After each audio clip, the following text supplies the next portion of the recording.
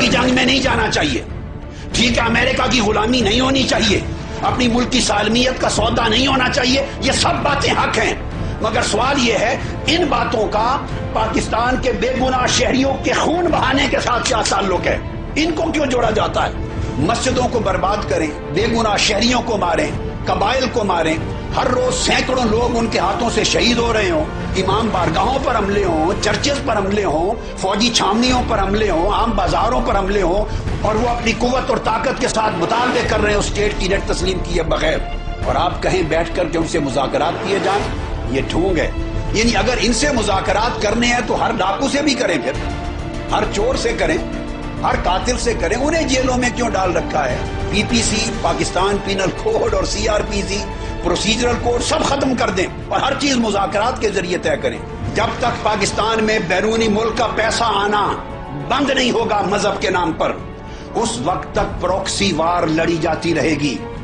اور ہم مذمت اس لیے نہیں کرتے کہ ہمارے مفادات وابستہ ہیں۔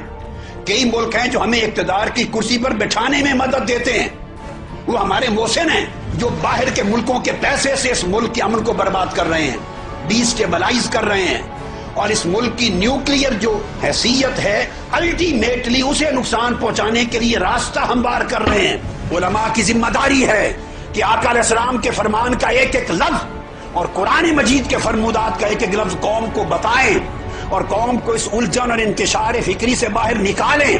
یکسو کریں کہ دہشت گردی اور قتل و غارت گری کی کسی اف اور بٹ کے ساتھ، کسی بھی شرط اور کسی بھی مختلف ہیلے بہانے کے ساتھ جواز کی کوئی صورت نہیں ہے۔ میں جب آؤں گا تو اس ملک میں انسانی جان کا قتل اس وقت بند ہوگا جب یہ لوگ ان کا خاتمہ ہوگا اقتدار کا، کیونکہ دہشت گردی دو طرح کی ہے، ایک جس میں خون بہ رہا ہے، لوٹا جا رہا ہے انسانی جان کو، اور ایک دہشت گردی ان سیاستدانوں کی ہے جو لوگوں کے معاشی حقوق لوٹ رہے ہیں اور کرپشن کے ذریعے پورے ملک پہ ڈاکہ ڈال رہے ہیں اور غریبوں کو غربت کی آگ میں جلا رہے ہیں۔ یہ دونوں طرح کی دہشت گردیوں کو ختم کرنے کے لیے ایک انقلاب چاہیے، اس انقلاب کے لیے میں انشاءاللہ کال دوں گا، مگر ضروری ہے کہ قوم کا ہر فرد گھر سے باہر نکلنے کے لیے پہلے تیار ہو، تو انشاءاللہ تعالی مجھے اپنے اندر پائیں گے اور میں ان ظالموں سے نجات دلاؤں گا اللہ کی مدد اور نصرت سے۔